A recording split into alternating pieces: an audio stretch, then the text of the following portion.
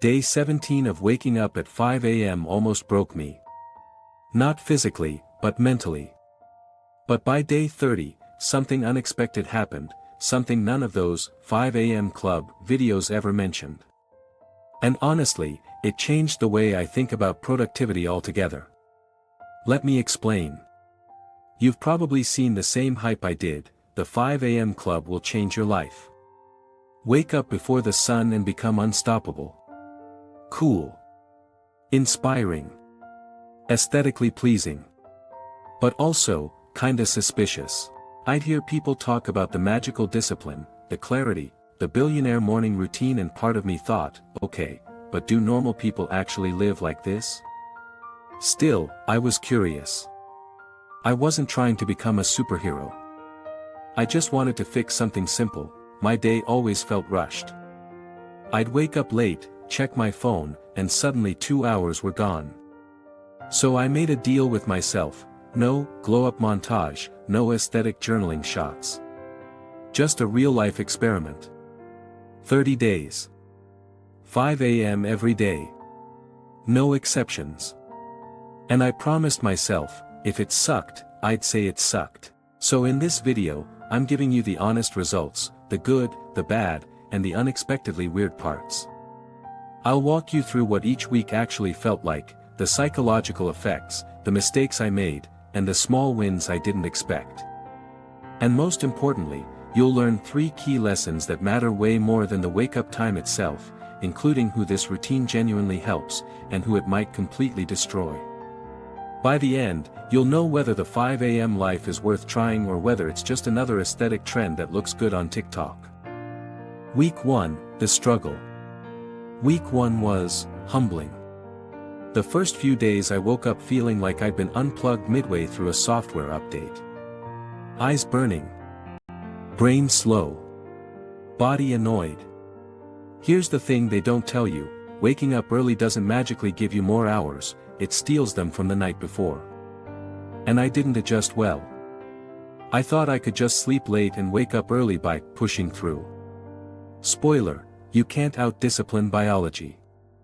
On day 3, I tried journaling at 5:15 a.m. My handwriting looked like ancient cave drawings. On day 4, I fell asleep on my laptop at 2 p.m. during a Zoom call, camera on. On day 6, I got irritated at someone for breathing too loudly. That's how tired I was. The only win? Silence. Pure silence at 5 a.m. And honestly, that felt kinda peaceful. But week 1 was mostly chaos, me versus my sleep cycle. Week 2, the adjustment. Week 2 is where things shifted a bit. Your body is surprisingly adaptable. It hates you at first, but eventually it gives up and cooperates.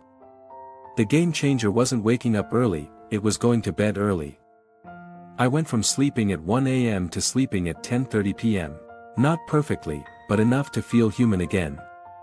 And once I wasn't dying of exhaustion, something interesting happened, I started owning the morning.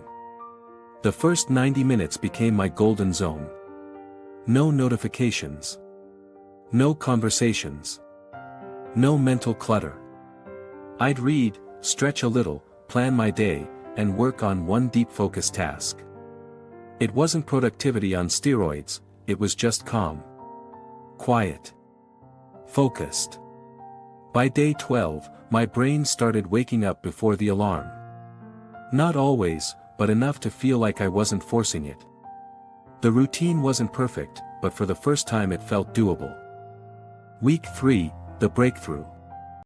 Week 3 was where the actual magic happened, not because I felt superhuman, but because I finally understood the real advantage of early mornings. It wasn't the hour.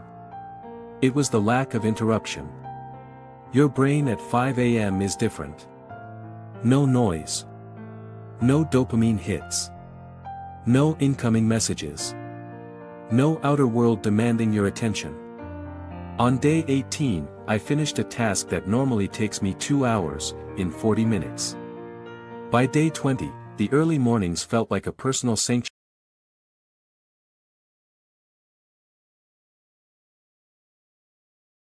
a time where I wasn't reacting to life. I was directing it. Did I feel happier? Weirdly, yes. Not because I woke up early, but because for once, I wasn't rushing through my day like I was late for everything. And then came day 23, the moment I realized something huge. I didn't want the 5 a.m. life. I wanted the feeling the 5 a.m. life gave me. Calm. Control. Clarity. That was the breakthrough. Week 4, the reality check. By week 4, the honeymoon phase ended and reality punched me again. Here's the truth no influencer tells you: waking up at 5 a.m. makes the morning amazing, but it makes the evening fragile. By 9 p.m., I was done. Not sleepy, done. Zero social battery. Zero ability to do anything productive. This is fine if your life is stable.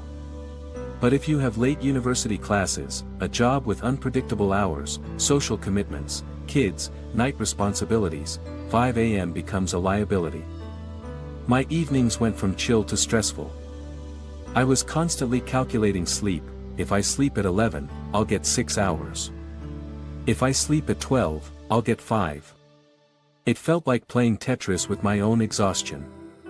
By day 26 I questioned whether the routine was worth it long term. By day 30, I realized the truth: the 5 a.m. routine works, but only if the rest of your life can support it. The 3 key lessons. Lesson 1, it's not about 5 a.m., it's about intentional time. The hour doesn't matter. The uninterrupted focus does. If you live in a busy house or have a chaotic schedule, waking up early is basically buying quiet time with sleep. But you can get the same benefits at 6, 7, or even 11 p.m. if that's when your life is quiet. The magic wasn't 5 a.m. It was simplicity. Lesson 2, the real benefit wasn't productivity, it was mental clarity. I expected to get tons of things done. But the biggest change was internal: reduced anxiety.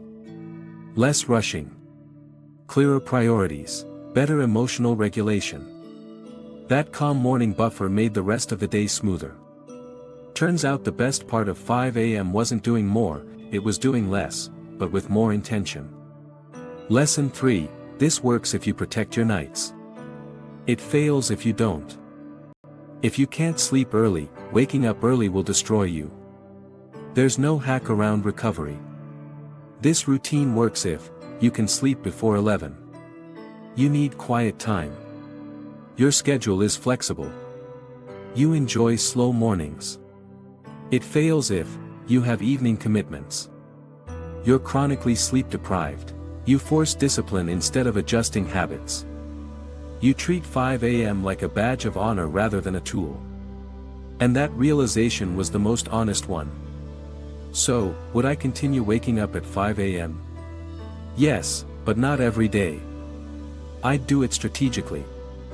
When I need deep focus work, when life feels overwhelming, or when I want a mental reset, 5 a.m. is powerful. But as a lifestyle, it's too rigid for most people, including me.